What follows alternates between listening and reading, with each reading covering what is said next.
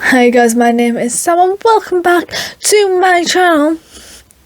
If you watched the very last video when we were talking about the differences between budding and imprinting, and that is the way that animals do communicate with each other and learn how to survive, we're going to then move on to, like I mentioned in the last video, the mechanisms, context and functions of scent communication in Canis lupus, which is the wolf, and that is a very complicated and long title to say that we are literally going to be looking at scent communication.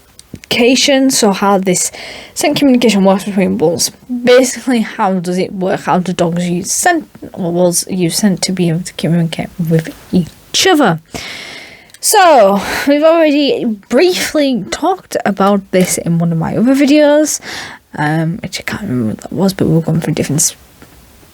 Oh, it was just the way wolves, different ways in wolves communicate, and it was a PowerPoint presentation, and we briefly went over in scent. Now we're going to go over in detail. So this was an assignment I did at university, and we had free range of which animal to use. Not as exciting as my very first assignment that I did at university, which was you got the option of some different assignments, and one was the biological basis of a vampire or a werewolf. Yes, you heard me. This got literally not much to do with animal behaviour, but because we were all like natural sciences, and it was a subject in which it was teaching you the basis of any scientific experiments and research, so you can go off and do them. I chose the biological basis of vampires because I like vampires more than I do like werewolves. Werewolves do fascinate me, but there's more. Vampires are even more fascinating. You know, with the biological basis was going over decomposition and illnesses and things like that people could have had, and because they didn't know any better, associated with people with vampirism. It was all very, very interesting. But anyway, so back onto wolves. These are werewolves. These are just wolves. So Canis lupus, if you remember right, is a scientific term for a grey wolf, and is the most common species of wolf, it seems. So let's go. So scent marking is a very important method of communication for wolves. In the best year ever to have occurred, which was in 1998, 2 neighbouring wolf packs were observed. I think we've already mentioned this particular study before in the past, but we'll go back over it as a little bit of a refresher. So the behaviours that these males, they observed these males doing, were obviously the males lifting their leg and urinating and then scratching the ground were detected, and all the adult wolves were observed scent mark in their territory. It was the dominant males and females who scent marked the most, and remember what we said, only the dominant males seemed to lift their leg and urinate. Subordinate males would squat like a female when they urinated. And it was noted that these subordinate males would occasionally scent mark, but the subordinate females never did. And we've mentioned the reason for this is because testosterone has a stronger scent than the female hormones. So scent marking is also important to lone wolves. Even though a lone wolf has been observed scent marking, they rarely do it close to another pack's territory because they don't want to alert another pack that they're there, because they're just one wolf and a pack could consist of 20 other wolves, so the odds aren't very good if, say, a fight was to break out. And the reason that these lone wolves do scent mark but not so close to another wolf's territory is because they're trying to attract another lone wolf or of the opposite gender, or trying to coax maybe a wolf out of a pack, so they can mate and they can go off, find territory and start a brand new pack. So one of the biggest constraints involving scent is obviously wind direction, because depending on where the wind is blowing, depends on where you'll be able to pick up on that scent. So wolves use scent to find their prey when hunting. With unfavorable winds, prey animals may detect the scent of the wolves, making it difficult and more energy intensive for a successful hunt. So the more energy intensive means that the wolves have got to run faster, they've got to run harder, and they work a lot harder to obviously bring that prey animal down because they've been detected by the scent, right? So, how do wolves use the information to obtain scent and act upon it? One way we could investigate this is in a captive environment such as a zoo. Again, I think we've already mentioned this into the other videos, but because sometimes I was lazy and I kind of had like an assignment and I would pick bits from that to put into a different assignment that was quite similar. So we could have these samples from wolves in different environments. So these are like in different zoos, right? So the environment of a wild wolf might affect the information a wolf receives. Wolves live in a wide range of habitats, which includes wooded forest areas, deserts, and Arctic environments. We could also collect samples from wolves of the opposite gender who may in future be introduced to each other so that they know their scent and they're less likely to kill each other, which is so important when you're in a zoo and you're doing captive breeding, because you don't want them to kill each other, because generally the reason that they're in captivity and breeding for them is because their numbers in the wild are quite low, so you need them to like each other to be able to breed and reintroduce their offspring back into the wild. Then we would then record of how the wolves reacted to each of the scents. They might exhibit aggressive behaviours, for example, and they may also go to look for a rival wolf, or maybe they'll follow the scent trail to a potential mate. Who knows? So scent is a great way for intercommunication amongst wolves. So while the scent marking can have a cost to a wolf pack, when their prey is migrating, they may come across the scent of a wolf, alerting them to the unseen dangers that are nearby, setting off a flight response in the prey animal, which can result in a failed hunt for wolves. So in case you aren't aware, wolves will have more failed hunts than they will have successful hunts, and if they are successful, they might have a meal for a week, but they can go for days without eating, because like I said, they have more unsuccessful hunts than they do successful ones.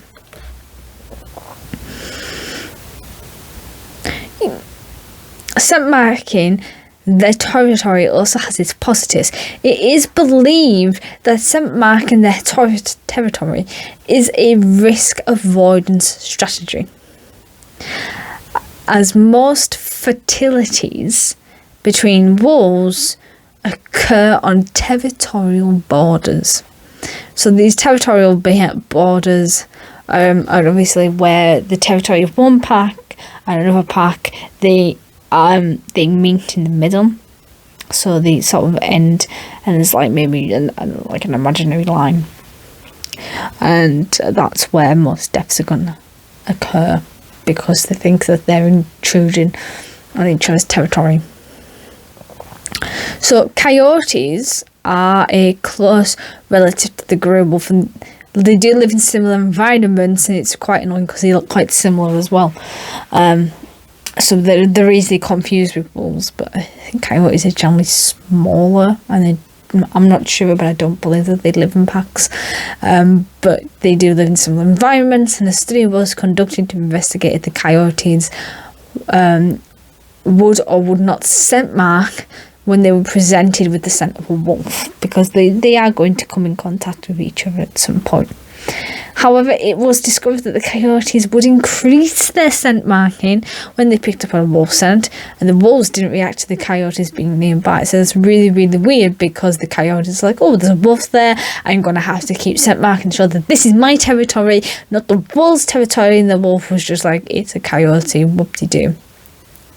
It doesn't really bother or affect my personal life, and I'm just going to get on with my day-to-day activities. So this one study, which I believe we have talked about, and it was conducted using wolves in a captive environment. We'll just go over it to refresh people's minds. And the wolf enclosure had different smells rubbed into different areas for it. So these are wolves in the zoos, right? And these smells were put into 4 different categories. They were manufactured, which was like perfume and motor oil, which is obviously sense that they were never really going to come across in the wild. Carnivores, which were things that they would come across in the wild, so like mountain lion and black bear feces. So remember, feces or scat is poop. A herbivore scent, which again is more poop, more feces, but this of a horse and a sheep, because these are obviously their prey animals. These are animals that they would generally eat.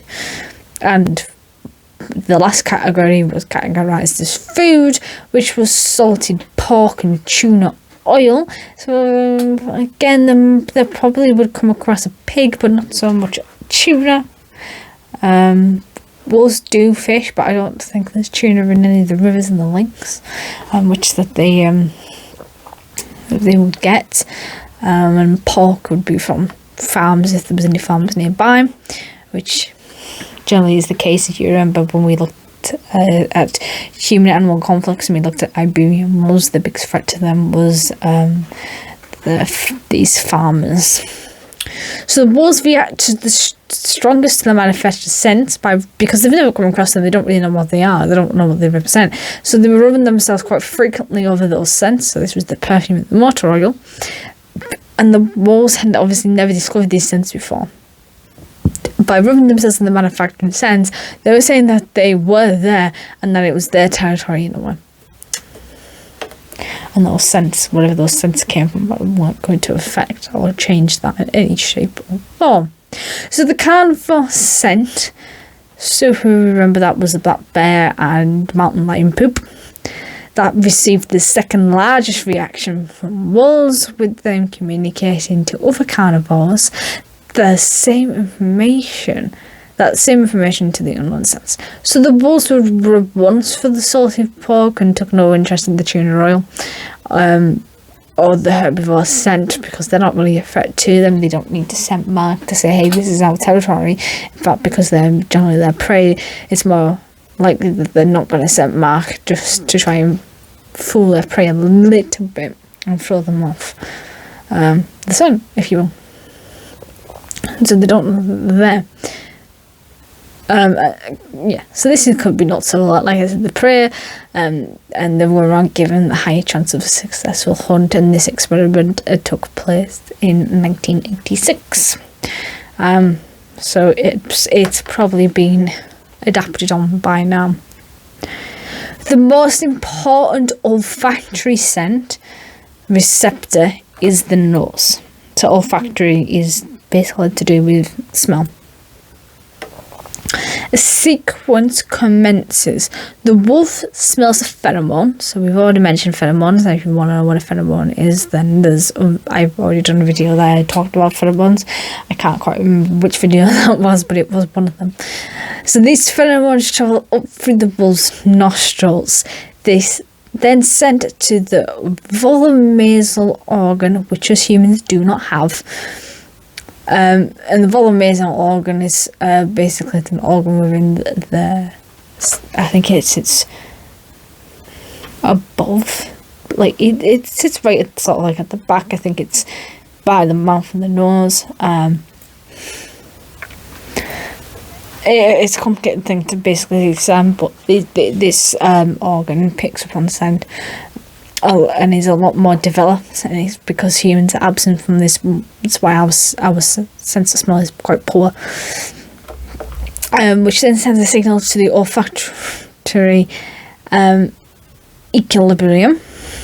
I think that says equilibrium. Yeah. So the internal olfactory receptors are stored here, and we don't need to read too much about these technical words. And the receptors send the information from the scent up to the olfactory bulb located near the front brain.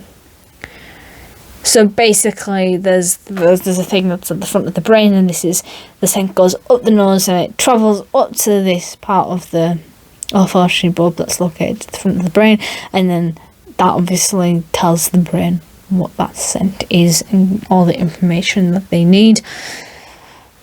They'll get from that scent. It's all rather complicated, so we're not going to read too much about it. The genius makeup of the olfactory system is very complex in wolves. Thus, the wolves have a better sense of smell than their domestic counterparts, the dog. As remember, that's to do with us and the way that we were breeding them. Remember I said that wolves are more intelligent than what dogs are, because the way we've bred them, and of course all this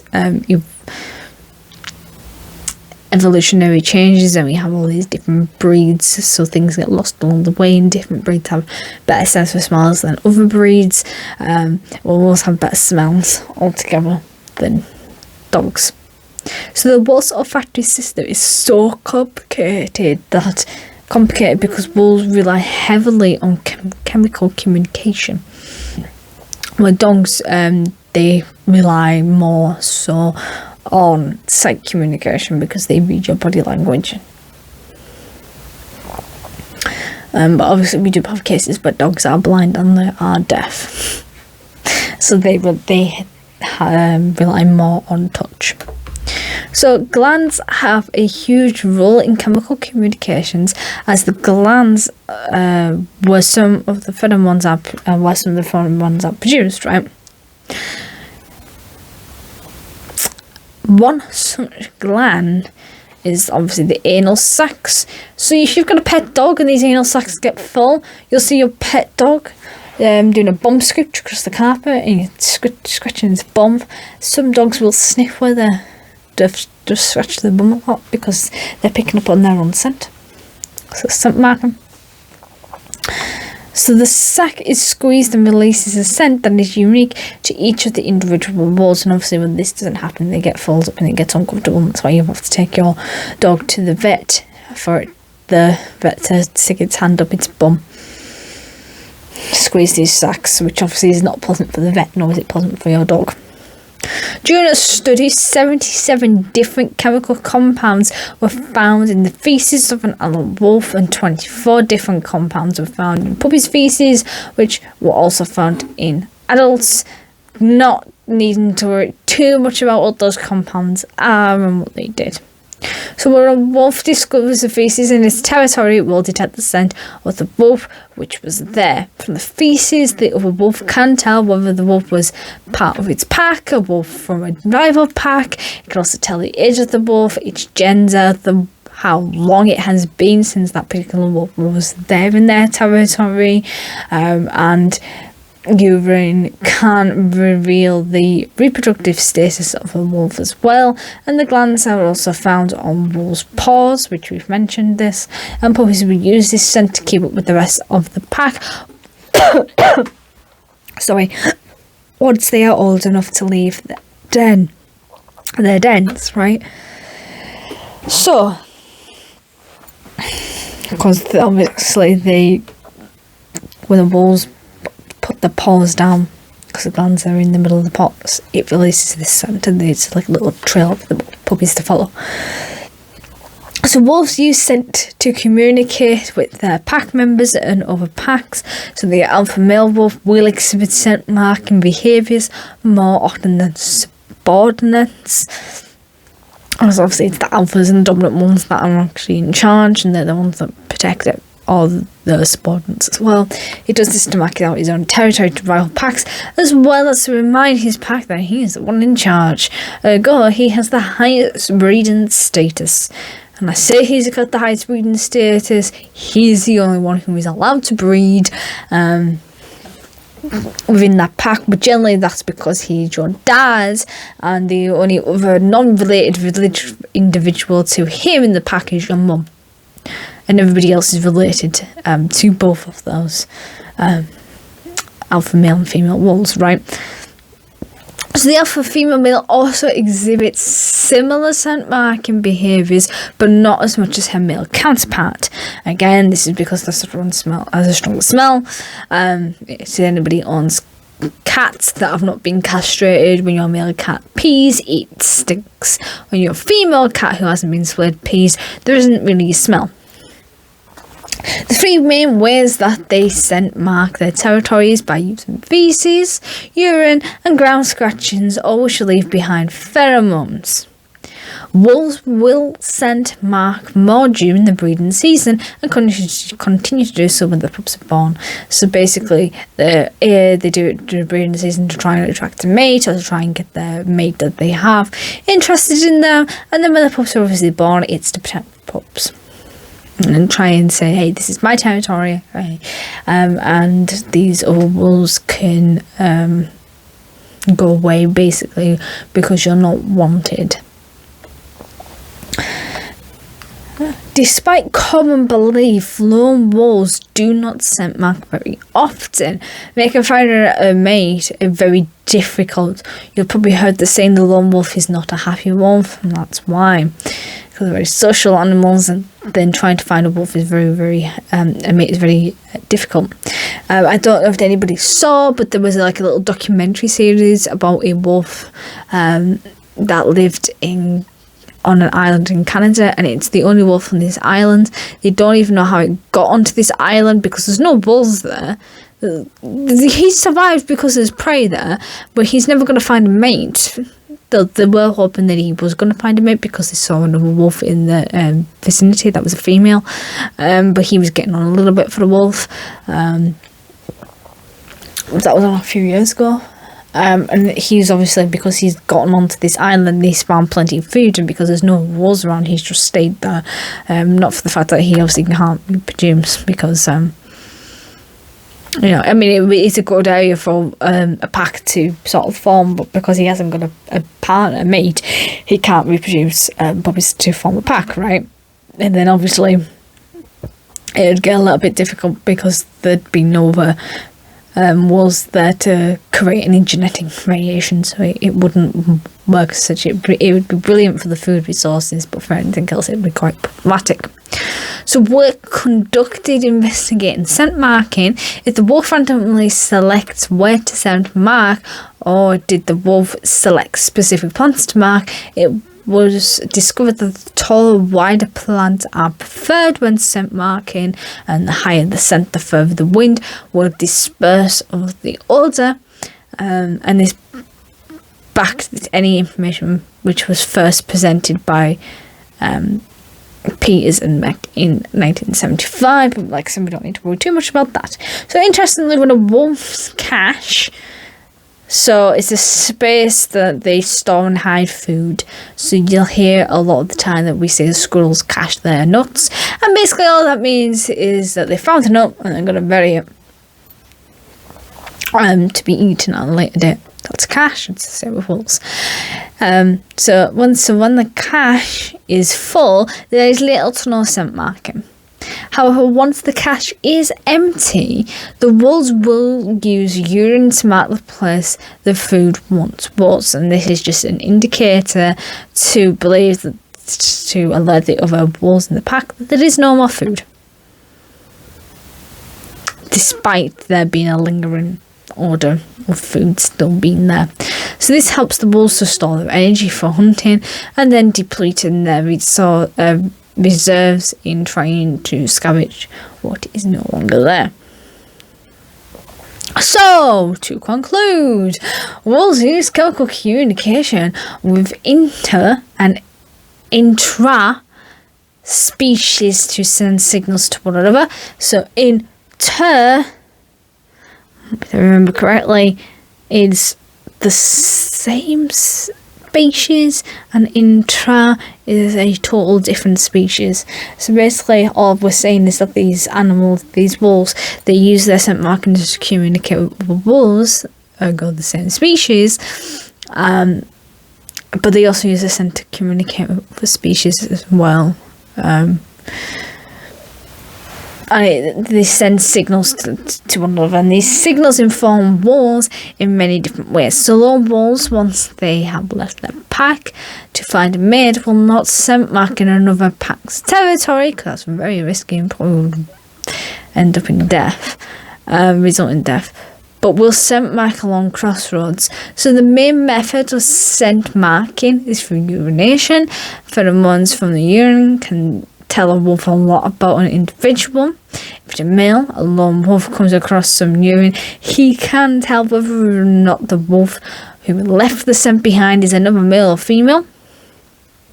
If it's a male, then that's of no interest to him, but he's going to avoid that female so they don't come into conflict and potentially fight to the death. But if it's a female, then that's absolutely brilliant, because that means that that's a potential partner for him to go off and start his own pack with. And if it is a female, then he can detect how long it has been since she's been there, her age, and more importantly, what stage she's at in her reproductive cycle. Scent marking their territory is very important. Not only does it inform wolves that a particular area is already occupied, it also used to avoid conflict, as fighting has a very high cost for all involved, as most fights are to the death, and even if you are killed right out then, you can still die later on from your injuries because of infection. And scent communication is also really important for recognizing individuals from your own pack, because you need to know who is in your pack, who is your offspring. You know that they live with you, because you don't want to kill your offspring, because you're taking your genes out of the system, and you want them to be able to potentially go out and reproduce on their own, but you also need them to be able to help you bring down large prey, right? So wolves will also increase their scent marking behaviours during the breeding seasons and when they are presented with an unknown scent. Recognising a prey smell can assist in hunting. However, a wolf's scent can betray them to their prey, altering the prey animal to the presence of the wolves, which might lead to a failed hunt. The olfactory system is used to receive the chemical messages alerting the brain, which will then guide the wolf through the correct behaviour for the situation. Glands too are very important in producing a scent that carries the chemical message to the olfactory system. And that is literally all I have for this particular video. I'm not quite sure what my next video will be, but I'll let you know. Well, you'll see when it appears.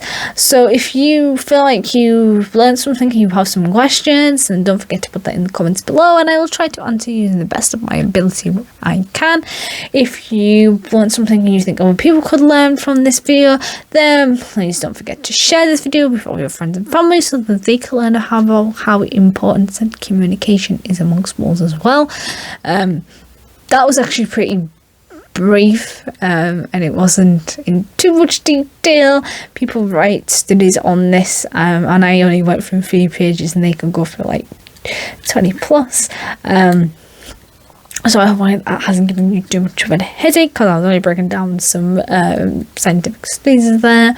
But if you're watching this and you haven't already subscribed, click on my face and you can subscribe. And if you really like the content that I have been doing and you don't want to miss out on anything, especially this next exciting new video, then click that notification bell and you will be notified every Wednesday and Saturday at the moment when I release or upload a video. And if you want to see any of my other animal content videos, if you click on this playlist, then you can watch all my other animal content.